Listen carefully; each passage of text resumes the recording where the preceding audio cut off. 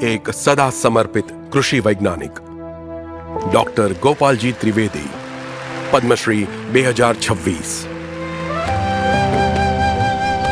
જ્ઞાનથી વિજ્ઞાનની આ યાત્રા શરૂ થઈ બિહારના મતલુપુર ગામમાં, જ્યાં વર્ષ 1930માં ખેડૂત પરિવારમાં એમનો જન્મ થયો। બાળપણથી જ તેજસ્વી વિદ્યાર્થી હતા।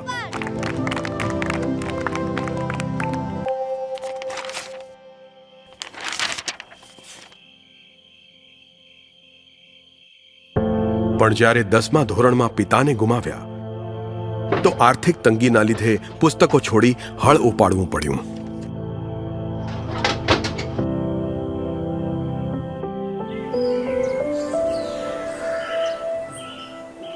અરે સાંભળ, પણ માને વિશ્વાસ હતો। જો બેટા, તું બરાબર ભણ, હું ઘર સંભાળી લઈશ।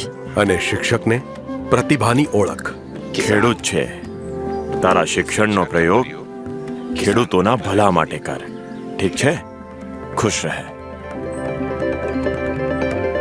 એક પોસ્ટકાર્ડ પર પ્રવેશ માટે અરજી લખીને મોકલી। પૂસા એગ્રીકલ્ચર યુનિવર્સિટીએ પ્રવેશ પણ આપ્યો અને છાત્રવૃત્તિ પણ।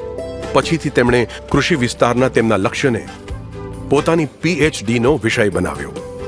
ત્યારબાદ તેમણે પ્રાધ્યાપક, વિશ્વવિદ્યાલય નિદેશક અને કુલપતિ જેવા પદો પર કામ કર્યું। એક વૈજ્ઞાનિકના રૂપમાં ગોપાલજીએ ખેતીને સરળ અને ખેડૂતોને સશક્ત બનાવવા સતત પ્રયાસ કર્યા। પછી એક દિવસ દિલે કહ્યું, શહેરમાં રહીને ગામ ના સિંચાય।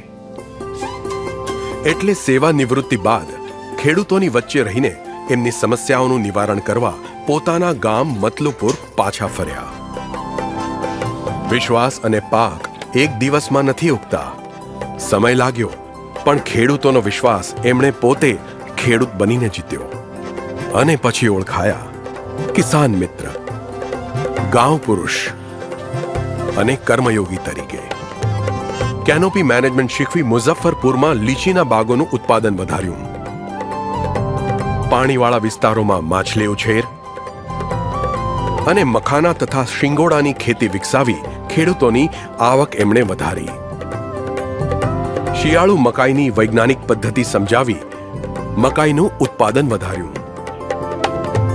ગોપાલજીના પ્રયાસો થકી ખેતીને વિજ્ઞાન મળ્યું અને ખેડૂતોને નફો તથા સન્માન।